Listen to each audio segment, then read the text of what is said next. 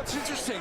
Aggression, you can tell the body language is like he's how Ennis just going in there with rage, wanting to really hurt the 45 fighting Jaron Chukhadzhian.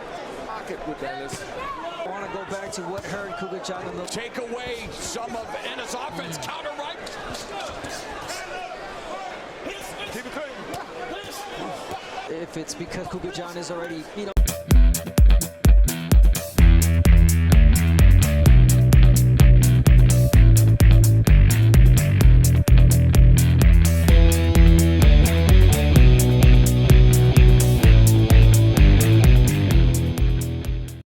Hi folks, welcome back to the channel that doesn't sugarcoat or take sides.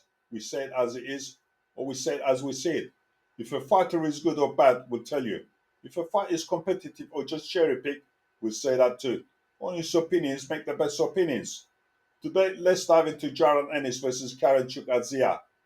The last time these two met, Jaron looked overly excited, probably from the thrill of fighting in America for the first time, as he is Ukrainian. He burned a lot of energy in the opening rounds. Clearly nervous most of the fight. He was just moving around the ring, trying to stay out of Ennis' range, relying on his footwork rather than engaging. Jaron spent the match dancing defensively without throwing any significant punches. And let's be real, footwork without offensive output doesn't win fights. He seemed overly cautious of Ennis' southpaw stance, showing him a lot of respect, maybe too much respect. Ennis baited him in a few times, but Jaron stuck to his cautious approach. By the fourth round, Jaron started to show a bit more fight, but it still wasn't enough. He seemed to believe he could outbox Ennis without getting too close. But here's the thing, without a powerful punch to threaten Ennis, Jaron couldn't make any real impact. The fight continued in the same way until the 12th round, where Ennis secured a clear decision victory.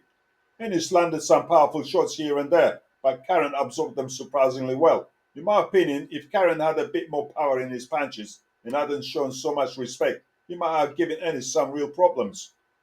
Good footwork and a defensive approach won't beat top-ranked fighters. If you're just here to collect a paycheck, fine.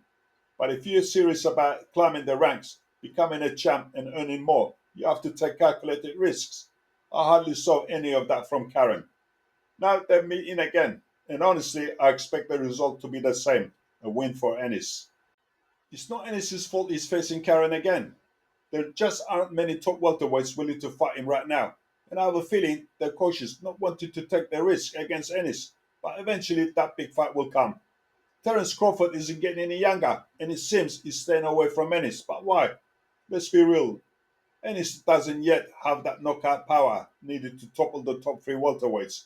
As we saw with Jaron, Ennis landed some solid shots, but Jaron took them with a smile and came back.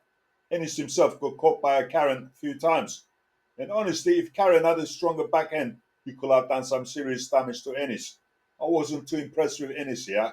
Or maybe Jaron is just a solid fighter. Ukrainians are known to be tough. But I stand by my opinion. I don't rate Ennis as highly as some people do. If he beats fighters like Mario Barrios or Imeantes Santionis or whatever their names are, then maybe I'll give him that praise. But for now, he isn't even ranked in the WBC. In the meantime, Ennis has to stay active. He's hungry and he's got bills to pay. Thanks for tuning in, folks. See you next time.